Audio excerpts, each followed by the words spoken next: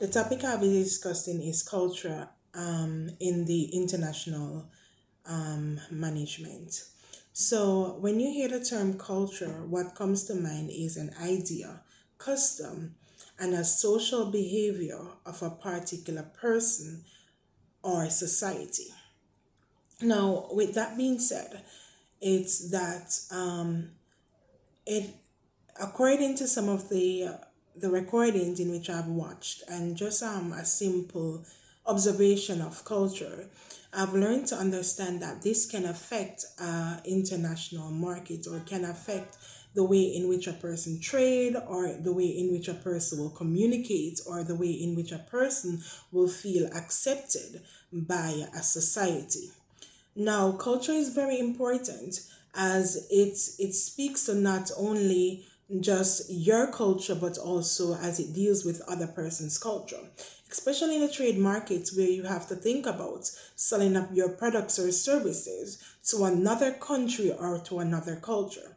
So, one of the key elements that I've learned or understand from this course is that when dealing with a culture or dealing with other persons outside of your culture, what you have to do is you have to learn to be able to reach a middle ground where you can come together with an understanding as to, okay, I'm not going to push my culture on this individual, but what I will do is I'll try to go in, research what their culture is, and learn to understand what their culture is in order for me to make sure that my products and services can be sold in their culture or in their country. Now, an example of something that happened to me earlier this year was that when I visited the United States, I had a phone that got damaged. So I went to a phone company in order to get my phone fixed. Now, what happened was that there was a gentleman that was working in this store. So he was from, I believe, Australia. So his language, he said, was Spanish. Now, I am from the Caribbean where my language is Patois,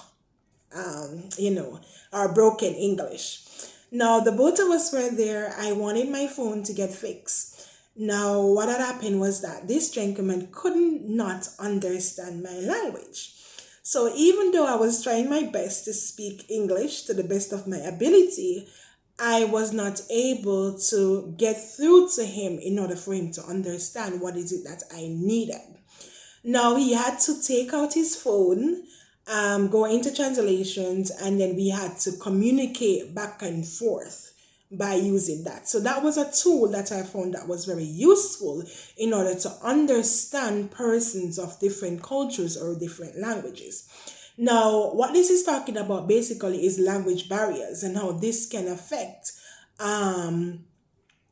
your products and services. Now, what had happened was that this gentleman went in, he took my phone and he was supposed to go in and get me a new phone. Now, what had happened was that when I received my phone wasn't what I requested or what I'd asked the company to do.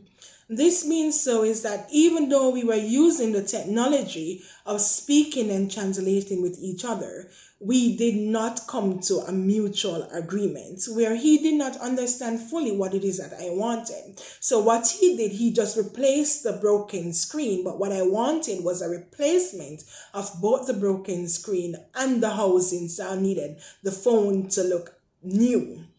Now, that leads to disappointment, and I end up told him I didn't want the phone, and it went into one big rupture.